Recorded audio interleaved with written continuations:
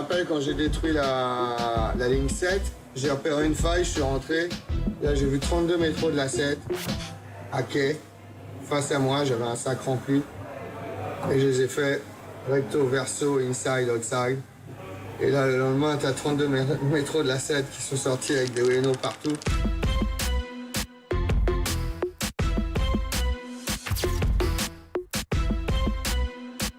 J'imagine pas le nombre de kilomètres carrés qu'ils ont dû effacer.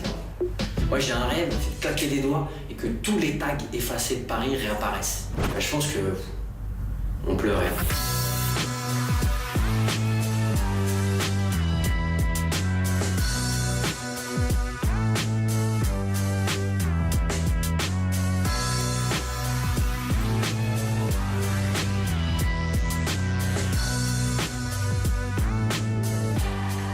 Sur Vandal. Que Vandal. Moi, à l'époque, il n'était même pas... Même un terrain vague, c'était hors de question pour moi. C'est-à-dire que pour moi, une pièce, elle était illégale ou elle n'était pas. Quand tu fais des rails ou des machins, le premier que tu fais kiffer, je crois que c'est toi. Quand tu passes, tu vois ton blaze ou sur des trains, quand on vidait des litres d'encre sur la baie, on était croque. Après, oui, l'intérêt, c'est que les autres le voient.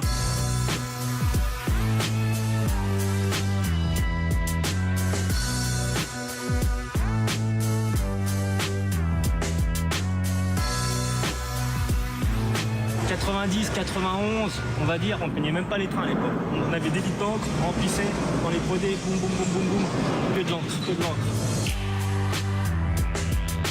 De plus en plus de mecs se font serrer, qu'il y a une brigade organisée de répression contre le graffiti. Les peines pour graffiti sont des peines de prison maintenant. Alors, même si ça a déjà été fait, que c'est pas un truc nouveau, mais de plus en plus. Que les amendes sont des trucs de psychopathes pour de la peinture. Et puis l'ASCO, ça existe, je veux dire. Sauf que je sais pas si à l'ASCO, ils demandaient l'autorisation de peindre la grotte. Maintenant, c'est vachement plus chaud que nous à l'époque. À l'époque, c'était franchement, la répression, ça allait. Hein, c'était pas... Il y a eu des trucs, il y a des gens, genre je sais que Darko, à un moment, il avait servi d'exemple. C'était passé à la télé et tout, je me rappelle, c'est-à-dire 89, un truc comme ça. J'ai payé, alors à la finale, je m'en sors plutôt bien par rapport à ce que je risquais au départ. On a été, je pense, un petit peu pris comme bouc émissaire par rapport à ce qui se passait à l'époque, notamment les Zoulous, les bandes.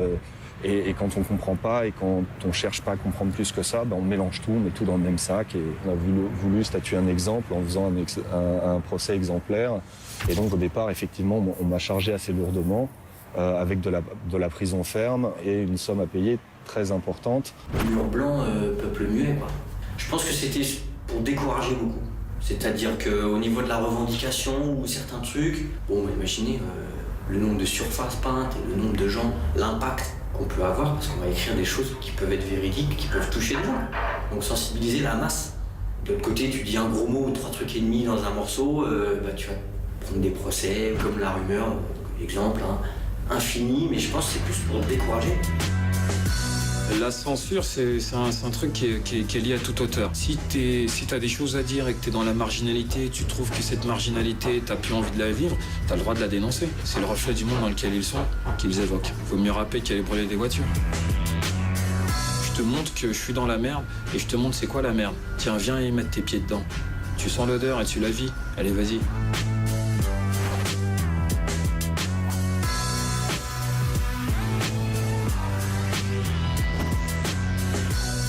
Dans un état de droit, toute vérité n'est pas bonne à dire. Toujours renégat, toujours dangereux, toujours fêlé.